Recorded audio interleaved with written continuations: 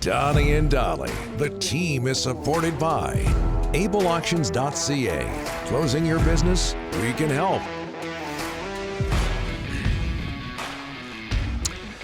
All of our guests today, including Macklin Celebrini, standing by, are brought to you by our title sponsor. We're so glad to have them aboard, helping us out, Able Auctions, ableauctions.ca. I don't know where to start when it comes to talking about Macklin Celebrini, setting up this interview. I'm going to give it a shot. There's so much here. Left-handed forward, originally from Vancouver, played this past season with the USHL Chicago Steel Player of the Year, MVP in the USHL. He's off to Boston University, expected to be the top pick by many people at the 2024 NHL draft. His father, Rick, we know him. Yep. I go back with him, back to the 86ers days, Canada's national team soccer we're talking about. Now the Golden State Warriors Director of Sports Medicine and Performance. Just a great guy to cover back in the day. Nice. And Macklin Celebrini joins us now. Macklin, thanks so much for doing this, sir. How are you? Good. How are you? Very good. Now, you tell your dad, my name's Don Taylor, and you can tell him that he's got a long way to go when it comes to his hockey skills. We used to play pickup hockey with and against each other, and it was unbelievable. Soccer guy comes out, plays hockey, and he was dominant, but he's still got a long way to go. So you tell him that, Macklin. Okay. Hey, how are you dealing with all the attention you're receiving these days? It's good. It's trying to shut all that off. Mostly just try to focus on the everyday stuff. Just focusing on getting better every day and just kind of blocking out all that noise. Your dad played, as we mentioned, pro soccer. He's involved with an NBA basketball team. Was it always hockey for you? Was that the one sport you focused on, or were there others? Yeah, for me it was mostly it was all hockey. I mean, growing up I did play a lot of soccer. So soccer and hockey were my main two sports, but it was I quickly figured out that hockey was my sport, and that's what I want to do. Hey, Macklin, set the record straight. Where'd you play your minor hockey? I played minor hockey at North Shore Winter Club. At North Shore Winter Club. I moved, yeah. Yeah, and did you play some at San Jose as well? I played 1 year at San Jose. I played for the 14U team as an underager, but yeah, so up to that year I played at North Shore Winter Club. What was the caliber like down there versus up here? It was different. Up in Vancouver is much more like you drive 15 minutes to go play Burnaby Winter Club or Abbotsford or something. But down there it was no teams really came to us, so we mostly traveled to teams and to tournaments to play other teams in other areas. So it was much different. And then the hockey, I mean, it was good. We were playing some of the top teams in the U.S., so it was good hockey. Your dad was a pro athlete involved with the NBA. What kind of a hockey dad was he?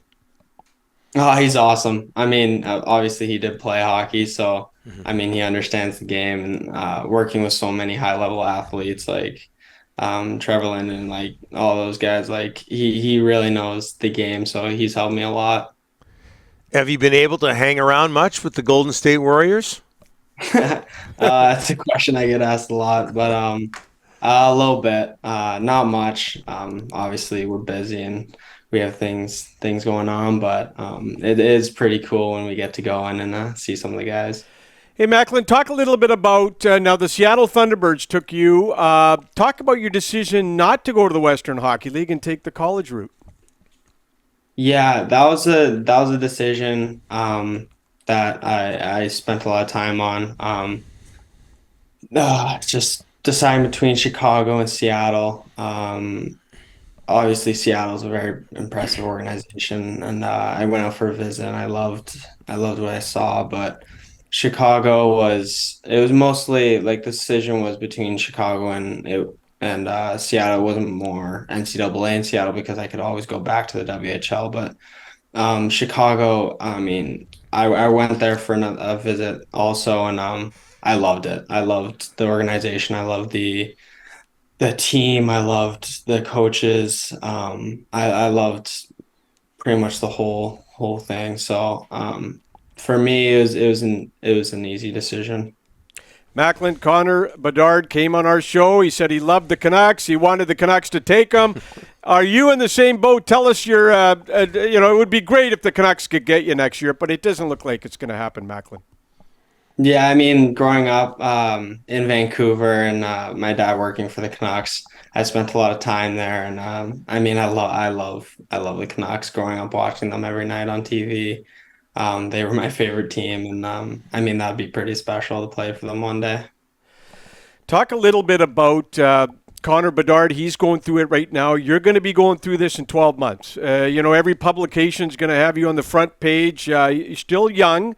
How are you deal? I know you got a really good agent, Pat Brisson, JP Barry. Are you learning from what Connor Bedard's going through this year? Because you're going to go through it next year. Yeah, I mean, he's very well spoken, and he handles it very, very well. So, I mean, having him go through it this year, and just watching like other guys as well, like just top prospects, just watching how they handle themselves and just taking little bits from them, just to prepare myself. But I mean, obviously, I'm not looking that far into the future. I'm just focusing on every day and just getting through every day. But back to the Canucks. Who was your guy growing up? Who was your favorite player? Um, During their prime, it's tough to decide between the Sedins and Ryan Kessler. Like those guys on that 2011 team, and they were pretty special. So I can't really decide between those three. Do you play like Kessler? Honestly, I don't know.